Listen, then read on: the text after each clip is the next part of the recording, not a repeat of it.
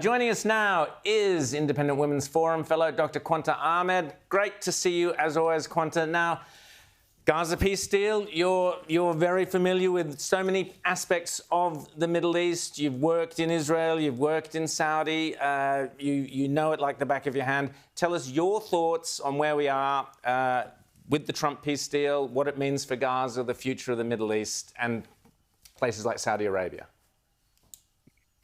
It's great to be with all of you tonight. We've been talking about this conflict from the very beginning.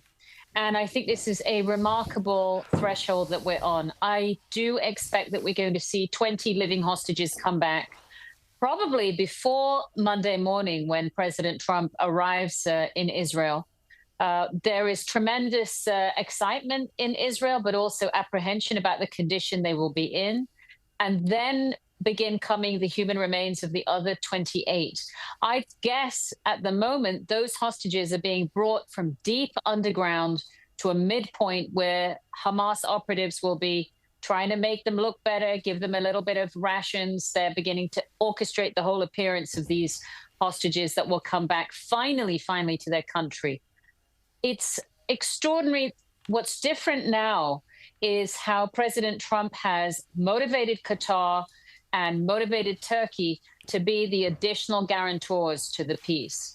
And also, further afield, countries like Indonesia volunteering 20,000 troops as a minimum, part of that stabilization force. So this is the beginning of a different Middle East. James.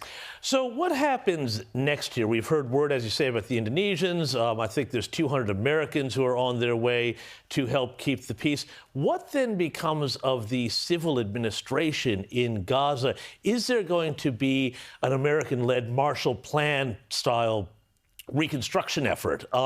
Where does this go? And, you know, Hamas may be giving up hostages, but Hamas will still exist on some level. What's happening with these guys? Will they be brought to justice? How do we come to terms with that? James, I mean, excellent questions. A reality check. Even now, in the last 24 hours, we are seeing Hamas exact retribution on Palestinian clans that were holding the peace, allowing aid to get in and not be diverted to Hamas during these months when the Gaza Humanitarian Foundation has been really feeding Palestinians and putting the pressure on Hamas.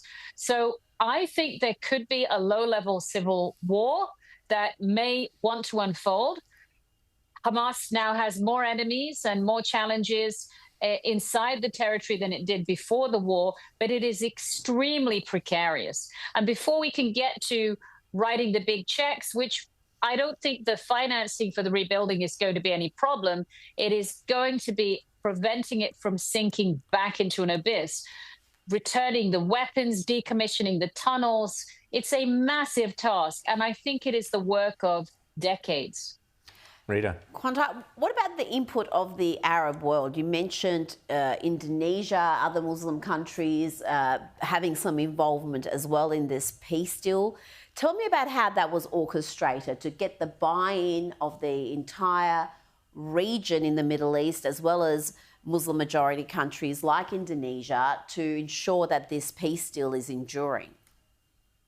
So first of all, credit has to be given to the Israel Defense Forces that have so vigorously restored their sovereignty, but they've also led to the collapse of the Assad regime and given Syria a chance, removed Hezbollah, straightened out Iran in a 12-day war, and really denied Iran almost all remnants of its proxies. I think the catalyst was just a month ago when Israel struck Hamas targets, Hamas negotiators in Doha.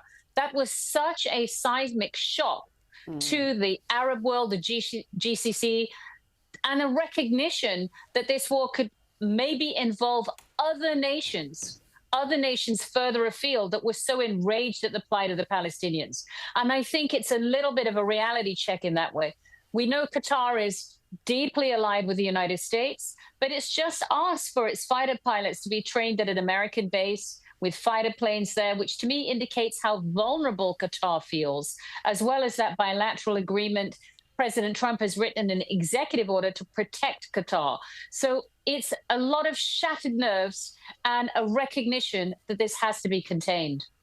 So, Qanta, is this kind of proof of Osama bin Laden saying that you always follow the strong horse? Has the Middle East changed where particularly the Saudis, but also Qataris and others have recognised that Iran is no longer the strong horse since their nuclear place was blown to smithereens? They now recognise that Trump and Israel together, combined, may be the strong horse, and maybe there's a realignment of Arab loyalties for the time being. Would that be a fair assumption? It certainly seems to be that the return of robust, muscular American power is reassuring.